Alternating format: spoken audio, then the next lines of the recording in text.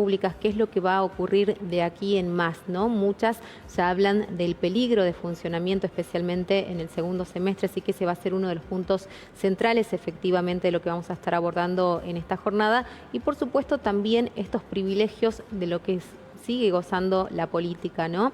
Algo que se había prometido en campaña, quizás el punto máximo que llevó a Javier Milei a ocupar el primer lugar como jefe de Estado en nuestro país. Sin embargo, hay privilegios que se sostienen y como siempre tenemos el informe del día. Vamos a compartirlo. Tiene la palabra el senador Juan Carlos Romero. Presidenta, obra en Secretaría un proyecto de resolución firmado por varios senadores que está también en la banca de cada uno para que sea puesto en consideración. Corresponde entonces votar la habilitación sobre tablas a mano alzada del proyecto 615/24 de autoría de varios senadores que obra sobre las bancas requiriéndose 2/3 de los votos. Aprobado. Senador Romero, millonario, está en viaje a Salta. Millonario, senador Romero, millonario. La gente la está pasando mal. Estamos hablando de la clase media dinamitada. Estamos hablando de aquellos que tienen el privilegio de autoimputarse lo que deben ganar. Vergonzoso. La sesión de hoy estaba prevista para votar los pliegos de los senadores. Se agrega sobre tablas, finalmente quien presenta formalmente la moción para que se vote es Juan Carlos Romero, el diputado de Salta. Ninguno de los senadores de la Libertad Avanza, ni del PRO, ni de ningún bloque que votó en contra solicitó que la elección sea nominal para que queden registrados los nombres. Todos, excepto Villarroel, podían pedirlo. No hubo rechazo explícito usando la voz ni objeción alguna durante la votación. Incluso Bruno Olivera, senador por la Libertad Avanza, aparece entre las firmas del proyecto y luego dijo ante la prensa: "Me equivoqué", para desmarcarse. Entonces, el sueldo de los senadores superará los 7 millones bruto para mayo y los 4,5 millones en mano a partir del mes de junio.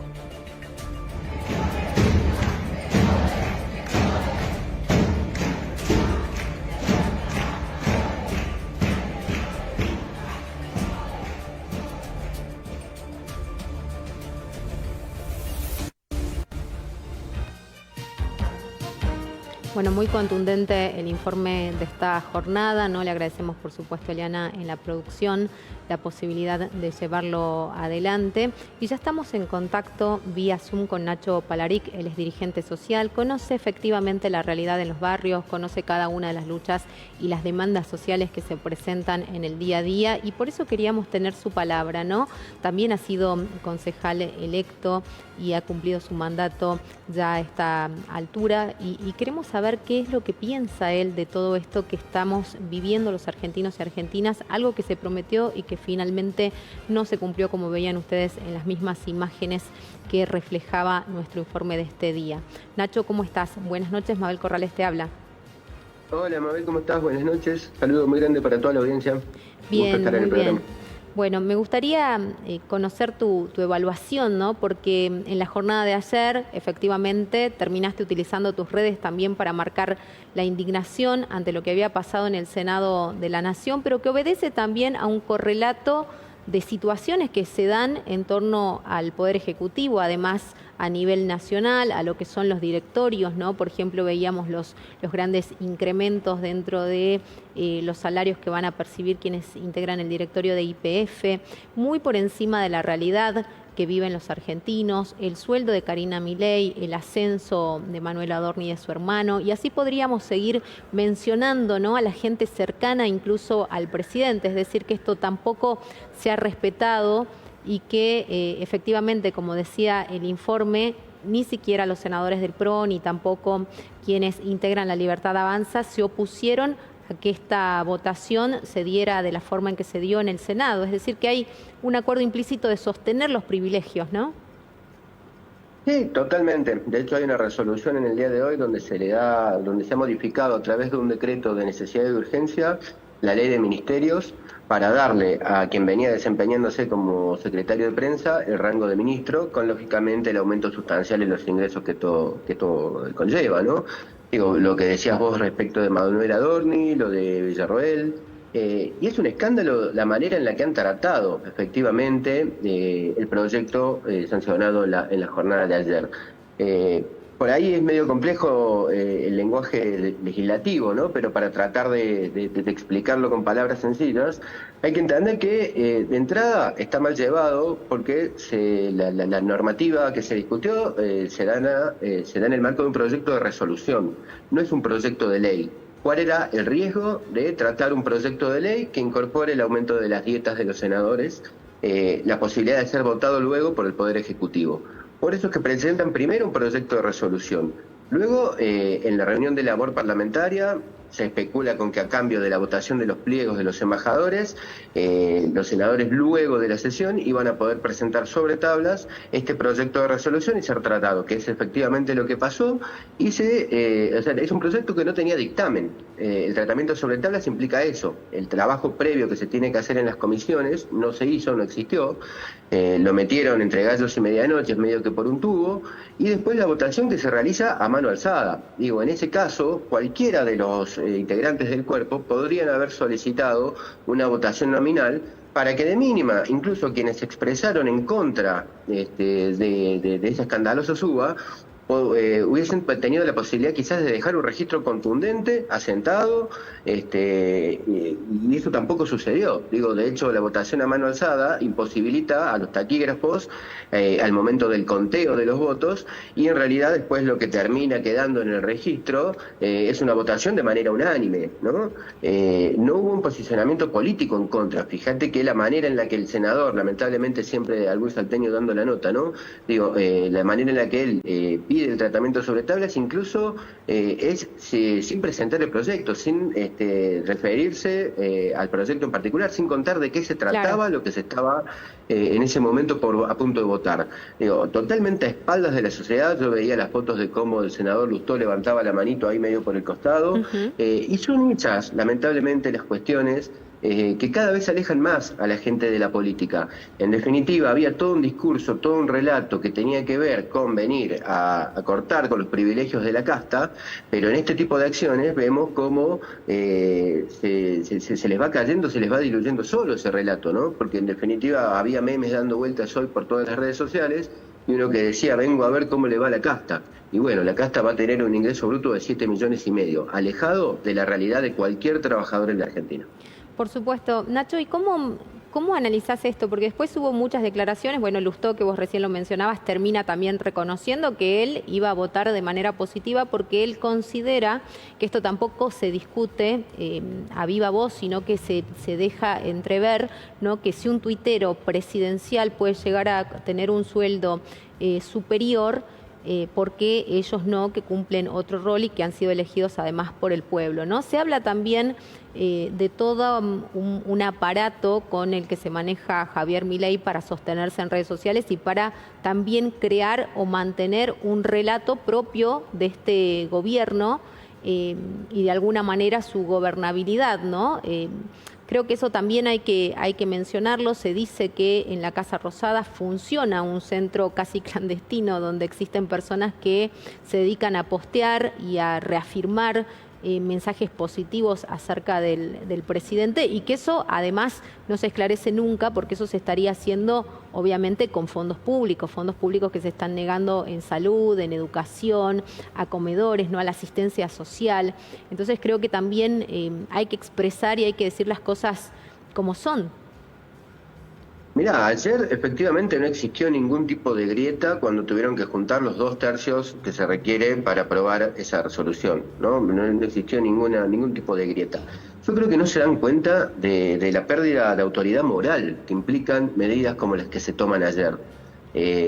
Podremos discutir, seguramente, digo, es válido el planteo de Lustó respecto de los ingresos, pero digo, en este contexto que transita hoy la Argentina, la verdad que tener un ingreso de 5 millones, de 7 millones y medio de pesos, y bueno, es un escándalo, porque digo, ¿qué trabajador hoy está en condiciones de acceder a ingresos que están muy por debajo? Claro, un salario mínimo que costo de supera vida? apenas los 200.000 pesos, jubilaciones de miseria, y estás hablando de esto que parece hasta una burla, ¿no? Sería un gesto de la política, efectivamente, congelar durante todo el año esos ingresos, ya que todos nos hemos visto ajustados y perjudicados por las medidas que se están tomando, ¿no? Hay un informe que salió esta semana también de la Universidad Torcuato Di Tella que da cuenta de un incremento de 3 millones de personas que se han incorporado a los indicadores de pobreza, que están por debajo de la línea de pobreza. En el primer trimestre del año, el resultado más contundente de la gestión de Javier Milei es 3 millones de nuevos pobres, ¿no? Digo, y ahí se cae cualquier tipo de relato. Entonces, entiendo que veníamos de una situación compleja en el país, con indicadores de inflación altísimos, con muchísimo gasto público, con mucha emisión monetaria, con un déficit fiscal primario que es importantísimo, y entiendo que no podíamos continuar en esa sintonía. De hecho, es lo que de alguna manera la sociedad expresó a través de las urnas, pero en definitiva se cae el relato porque ¿cuánto más hay que esperar? ¿Sobre quién recae el costo de enderezar los rumbos o las variables económicas de este país? Digo, si el esfuerzo lo hacemos de manera colectiva todos los argentinos, es una cosa, pero si en definitiva el esfuerzo lo siguen haciendo los mismos de siempre, porque digo, la clase media se deteriora cada vez más, lo que vos planteabas recién respecto de los jubilados, la posibilidad de que las universidades cierren, porque lo están planteando, lo están diciendo directamente, te da la pauta de que en realidad el esfuerzo no lo está haciendo la clase política, no lo está haciendo quienes siempre han mantenido los privilegios en la Argentina, sino que nuevamente el costo de ese esfuerzo y el costo del ajuste recae sobre los trabajadores, sobre los sectores informales, y es siempre la misma historia, es siempre el mismo cuento. Entonces, en definitiva, me parece que la variable en todo caso tendrá que ver con hasta dónde está dispuesta la gente a aguantar. Nacho, vos tenés muchísimo territorio, si algo hemos reconocido es siempre tu presencia al lado de la gente. Recuerdo aquellas ollas populares que encabezabas y que llevabas adelante, y también todo el trabajo que se llevó, ¿no?, adelante en plena pandemia, en épocas que eran bastante difíciles, sobre todo, como vos decís, siempre los más afectados son los más humildes. ¿Qué ves ahora, qué observás, qué sabés de estos barrios que quizás en la generalidad no acceden a servicios, no acceden a las 4 comidas de manera permanente y diaria, ¿no?, de niños que no tienen las condiciones óptimas para poder ir a estudiar bien nutridos a una institución pública, que quizás incluso ahora ni siquiera cuentan con la posibilidad de que sus papás los lleven o los acompañen pagando un boleto de colectivo para que puedan asistir, ¿no? Sí, la verdad que es tremendo. Vemos cómo se avanza en un proceso de desmantelar el Estado y todos los mecanismos de contención social que existían. Se llevan puesto a los gobernadores, se llevan puesto al Congreso, se llevan puesto a los trabajadores formales. Lógicamente eso también tiene un impacto muy negativo en quienes no tienen el acceso o quienes se encuentran quizás más afuera del sistema, ¿no? Entonces el acceso al transporte público, digo, hoy es un desafío permanente para ver cómo haces para cargar la tarjeta de Saeta, porque te terminas gastando un montón. Digo, hay algunas medidas paliativas del gobierno provincial que considero que son muy acertadas, pero el problema es que, digo, se siguen profundizando las variables de ajuste y la verdad que se vuelve difícil hacer malabares, ¿no? Hay situaciones muy concretas. Se ha paralizado la asistencia de mercadería a comedores y merenderos. Eso se ha cortado de llano, definitivamente de plano, no se accede más a los alimentos secos. Entonces vuelve a aparecer el hambre como una necesidad inmediata y como un problema a resolver ya. Vuelve a aparecer con fuerza la demanda de ollas populares. De hecho, con varios vecinos venimos conversando la posibilidad de retomarlas, y te aseguro que la foto va a ser impactante porque, digo, hoy es un desafío poder comer todos los días. Te llevan a la triste disyuntiva de tener que elegir entre pagar los impuestos o comprar un poco de comida, a los jubilados entre elegir si compras el remedio o si te alimentás, y hay situaciones que dan cuenta de esto, ¿no? Por ejemplo, el acceso a la canasta escolar fue todo un tema durante el mes de febrero, y con mucha tristeza veía cómo en distintos barrios reciclaban las sábanas para hacer los delantales. Ves cómo ahora se ha puesto de moda en algunos lugares, en algunos barrios, esto de agarrar la planta de aloe vera, hacerle una especie de rebozado con pan rallado y comerla durante la merienda.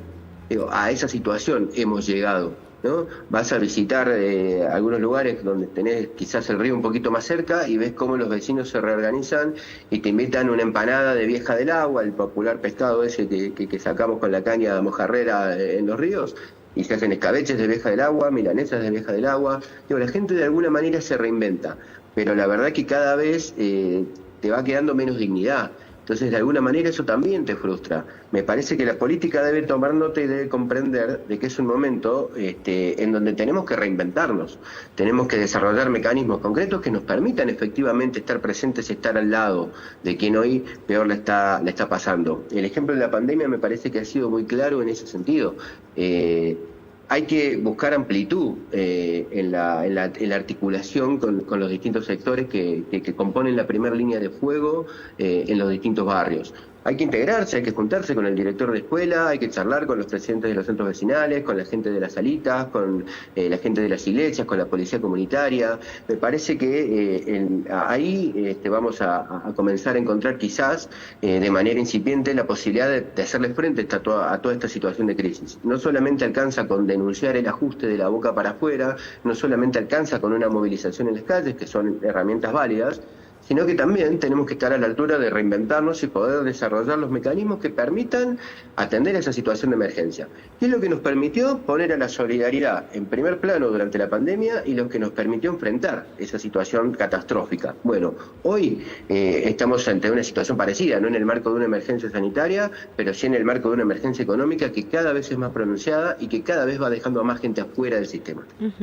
Nacho, ¿tenés miedo por un retroceso aún peor en derechos? Porque si algo se había logrado en estos últimos años es justamente este avance, ¿no? En decir, bueno, vamos adquiriendo derechos, las universidades públicas están llenas de hijos de obreros, de gente que quizás si no podría aspirar a un ascenso social a través de la instrucción justamente, y además porque se han recortado muchos programas que tienen que ver directamente con la salud de gente que efectivamente lo necesita y que sin esto no puede afrontar tratamiento. Yo conozco por lo menos 2 casos puntuales reales en Salta, de los que puedo mencionar e incluso podría dar nombre, apellido, lugar donde han residido, de personas que han fallecido justamente por esta ausencia del Estado y por la falta de medicamentos a solo 4 meses y algunos días más de que asumiera Javier Milei.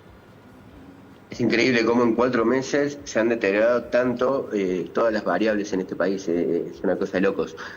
Te digo, miedo no, yo tengo mucha confianza siempre en la gente, tengo mucha confianza en lo colectivo y creo que es un momento en donde, lejos de escondernos, tenemos que reinventarnos y con mucha ofensiva, con mucha audacia salir a buscar y a diseñar estos mecanismos para hacerle frente a esta situación de crisis. El pueblo argentino tiene una larga trayectoria, una larga historia de reinventarse, ¿no? Hemos transitado de manera cíclica una crisis detrás de otra y siempre hemos salido, ¿no? Yo escuchaba alguna vez como un presidente de Bolivia planteaba en algún momento que los argentinos somos muy buenos para sacar presidentes, pero somos muy malos para ponerlos, para elegirlos, ¿no? Sí. Para elegirlos. Salvo honrosas excepciones. Salvo honrosas excepciones, por supuesto, que siempre las hay, pero es un momento en donde la política tiene poco de composición y mucho de oposición. Entonces, este esquema binario del negro al blanco, del malo versus el bueno, me parece que ha frustrado, ha dejado un vacío de representación muy grande, ha dejado a la gente muy sola, muy abandonada. Bueno, tenemos el enorme desafío de revertir eso, ¿no? Pero siempre el pueblo argentino ha logrado levantarse y esta no va a ser la excepción, ¿no? Entonces, preocupado, muy, muy preocupado, pero es un momento de acción. Bueno, muchísimas gracias por tus palabras, por tu aporte y obviamente por este análisis y sobre todo por brindarnos la experiencia, ¿no? De estar ahí donde ocurren las cosas y obviamente traer tu testimonio. Que tengas una gran noche. Igualmente, muchas gracias para vos, Mabel, siempre es un gusto. Hasta la próxima, saludo grande para todos. Que estés muy bien, hasta luego. Así pasaba Nacho Palaric, dirigente social, entonces, comentándonos acerca de esto, ¿no? Cómo se vive de alguna manera que los privilegios se mantengan intactos y que mientras tanto cada uno en su hogar, aquel que sale todos los días a ponerle el hombro al país, siga acrecentando una situación negativa en su hogar, tratando de hacer malabares para ver cómo llega a fin de mes. Pausa, quédate ahí, ya volvemos.